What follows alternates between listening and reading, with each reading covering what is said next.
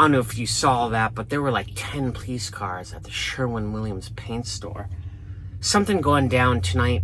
It reminds me of something that happened to me like 4 or 5 months ago. I was dwelling on a street in Boston, and some guy came up to my driver's side window. I was just sitting here with the window down. He said, "You ice?" He had kind of a French Creole accent, so I thought he was asking if I was here for the evening, like if I was staying here. So I said, "Oui, je suis ici pour le noir." And he said again, "You ice?" At that point, it dawned on me I didn't really understand what he was saying, so I said, like, "Je ne parle pas de français." He said, "You ICE, you Immigrations Customs Enforcement." I said, no, sir, I'm not a government vehicle at all. I'm just like parking here for the evening." He left me alone after that. Believe it or not, that was not the first time something like that happened. It's happened twice before where people came up to me, thought I was in a government van. I guess it's because I have a black van and it's all kitted out. It's got like an antenna on the roof, maybe a little weird looking for the common sense paranoid person. But I've been thinking about that. How can I use something like that to my advantage? Are people afraid to approach my van? Do I look scary? Do I look like a sketchy surveillance van or something like that? All black with the antenna on the roof kitted out as it is. I think tonight I'm going to try to use that to my advantage. I'm going to stealth camp in a place I really shouldn't. A place I've never been before. An abandoned shopping mall. I'm going to park right out in the open and just count on the fact that my van looks so sketchy that no one might approach me. I don't know if this will work or not, or if I might get in trouble trespassing. We'll see. First though, I gotta get some supplies from the grocery store. Pretzels and water, the two #1 commodities that I go through like all the time. So it's late already. I just did my workout. Let's get moving. This grocery store I go to a lot, they're open late. They're kind of like the only grocery store that's open right now. They're super expensive. The water is, I don't know, $2.50 a gallon, maybe $2 a gallon. Better than the 7-Eleven, but a total ripoff in my opinion. They do have a huge selection of pretzels though.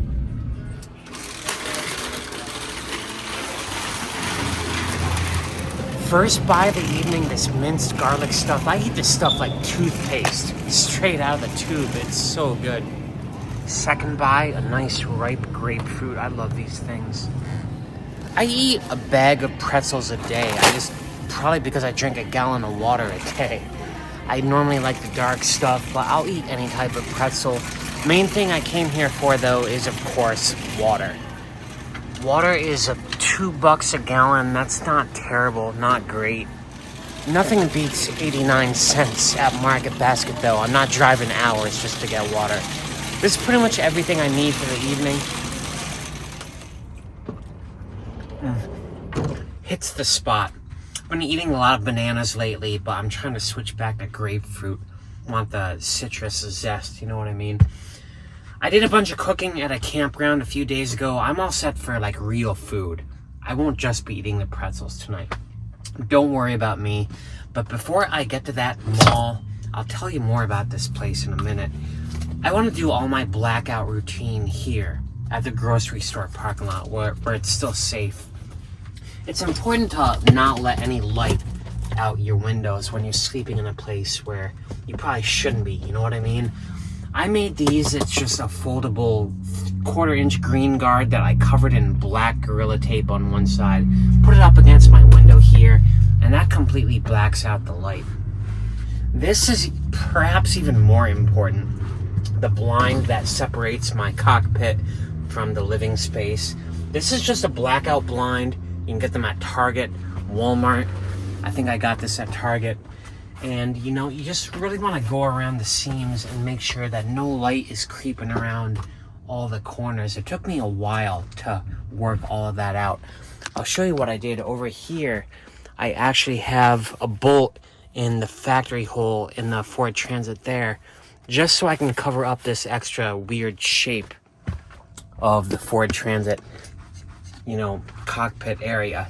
Anyway, this is all blacked out. I have one more blackout blind that I put against the rear window here in my shower stall. I'll do that This right here, again, 3/4 inch green guard. I just wedge it behind the locking mechanism right there. And I have some Velcro up here. Forgive the disco ball strobing effect, but that covers out that light. I also have a magnetically attached security camera on the exterior of my van that broadcasts to a little TV screen right next to my bed. I'll show you how it works. I have it right up here. Let me turn the camera around. Right here. That is it right here. It's solar powered. I just hit this thing right here, make sure it's all powered on. And this shows me everything behind me, which is normally how I like to have it oriented. One thing I also try to remember to do is to make sure my gray water tank is properly closed. I drive on the highway sometimes and I leave it open just a smidge so water like drips out slowly, a way of like drip draining it. I want to make sure it's closed up when I'm stealth camping though, you know. I don't want any light leaking out of here. I don't want any noise leaking out of here. I also don't want any water leaking out of here. No, dead giveaway that there's something gonna attract attention to your van if there's a puddle under your van in the morning. So always remember to make sure your gray water tank is sealed. When I'm all blacked out, you know, I still want a way to see outside in case there's noise and stuff. I might get a second one of those, put it like facing forward or something, but for now, that does the trick.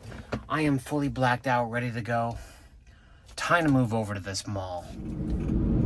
This mall, like every other mall in America, has been killed by online retail. This was the place to be in the 80s and 90s. When I was a kid, I was here all the time. Got my first job here, actually worked here at a Sears at one end of the mall.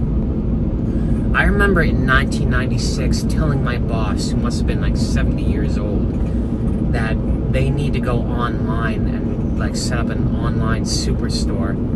And I'm telling you, that generation, the World War II generation, they had no interest in the internet or listening to a 16-year-old kid. Sears, you know, that company deserved to die. And I hated working there, but I came to this mall almost every day. It was a big part of my youth. It's right up here. Like I said, it's been abandoned for a while now. Kind of creepy. I occasionally see Facebook postings of people like urbexing, you know, trespassing, breaking in, exploring, seeing all the abandoned stuff. I have no interest in doing that. I just want to sleep in their parking lot. This is it right here, and look how dark it is. Not a single light. It's this big black expanse over there. I'll see if I can turn into the parking lot and try to show you what I'm talking about. Yeah, we're getting closer. It is starting to come into illumination. Is there anyone here? This is where I used to work, right up here. This is where the Sears was. I'll try to get up as close as I can. Yeah, look at this. Look at this is it. This is, now that was Filene's. This right here was the Sears. I'm gonna circle right by it. Look at this place, all decrepit. Nothing here. Yeah, that's all boarded up. Oh man. It is so dark here, I might not even like have to worry about people approaching. But still, I'm gonna get out and try to show you a little bit of this place. Check out this scene. This was the Berkshire Mall, a huge area. Now it's completely closed down. How creepy is this? But there's no one else here in the parking lot. So this is gonna be my sleeping situation for the night. My creepy black ICE van or NASA van, whatever people think it is, right here in the abandoned parking lot of the Berkshire Mall. Nothing but the stars of the sky lighting up the scene. It is just so dark here. I'm pretty sure I can see the Big Dipper. I'm kind of surprised, you know, this place is abandoned, but I thought they'd at least have some light, like a light in the parking lot or something like that. Absolutely insane. I have not been here at night since this place closed down. I honestly thought they'd keep like a parking lot light or something on. Last I read, they're trying to find like a new owner of this place. Anyway, it's getting dark, so I'm gonna jump into the back. I try to relax as best I can when I'm stealth camping. You know, when I first started van life, when I was sleeping on the street, I still had my apartment for 1 month after I got the van. I slept on the street as much as I could. I was so scared. I just slept down right on the floor, a mattress on the floor. I didn't have the windows blocked out or anything. When people were walking by, I ducked down low. I was just paranoid about being found out, being discovered, sleeping in my van like it's the worst thing ever. I've gotten a lot more confident now, believe it or not, in 3 years of full-time van life. I have never had a problem stealth camping. I've gotten a knock on my window one time the second week I had the van, and it was in a national park, for sleeping in the national park by park rangers, which you're not supposed to do. But sleeping on the street, sleeping in big box parking lots, I've never had a problem. This is the first time I'm parking in like a abandoned, kind of notorious place. I was going to count on the sketchy lookingness of my van to deter people from coming up to me, you know, during the night, but I think I can actually count on the cover of darkness tonight. It's just so dark out there. I was going to park right under the light if they had one. So I'm going to edit on my laptop for a while. I'm going to get this freaking wire out of here. Edit on my laptop for a while, and I don't know, in a half hour, I'm going to turn out the lights and call it a night. Yeah, I think I shouldn't have any problems. I'll take one last gander at the scene outside before I go to sleep. No problems so far. I thought I'd just take one last look out that rear view camera I have. Can you see that? Yeah, there's some cars circling around the perimeter, but it's midnight right now, and no one coming up close to me, you know, so I'm not too worried. I'm gonna go to bed. If anything happens during the night, I'll wake you guys up. Okay, guys, so it's 2:30 in the morning, and someone has been circling around my van. I just turned on this camera right here. Let me show you what I'm talking about. Right there, you don't see him now, but there was a car that kind of went around. I heard it. That's what woke me up. I'm going to take a peek at the window, see if he's gone away. I'm a little bit worried, so yeah, I don't want to turn the lights on. So sorry, it's dark. Let's just take a look out the front here. You know, it's out the driver's side window. I'm not seeing anything. Yeah, I think he went away, whatever he was doing, so I'll turn the lights back on. Yeah, so far I was having a great night's sleep up until that. That was kind of weird.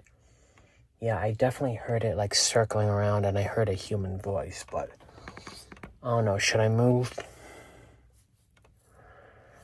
I don't know. I think I'm going to go back to sleep. Hopefully no more problems. I'll talk to you guys in the morning. Oh, I am awake. The sun is up. I made it through the night. Let's see what the situation is outside. Yeah, still no one else here. There is no one here. It's so weird to see this big empty ocean of a parking lot and this massive abandoned building. But you know, no one bothered me throughout the night. Like I said, this mall's been making a lot of press lately because people keep breaking in and doing like urbex videos and stuff. Let me put my phone on the holster here. And I was certain one of three things would happen. A security guard would come throughout the night and tap on my window.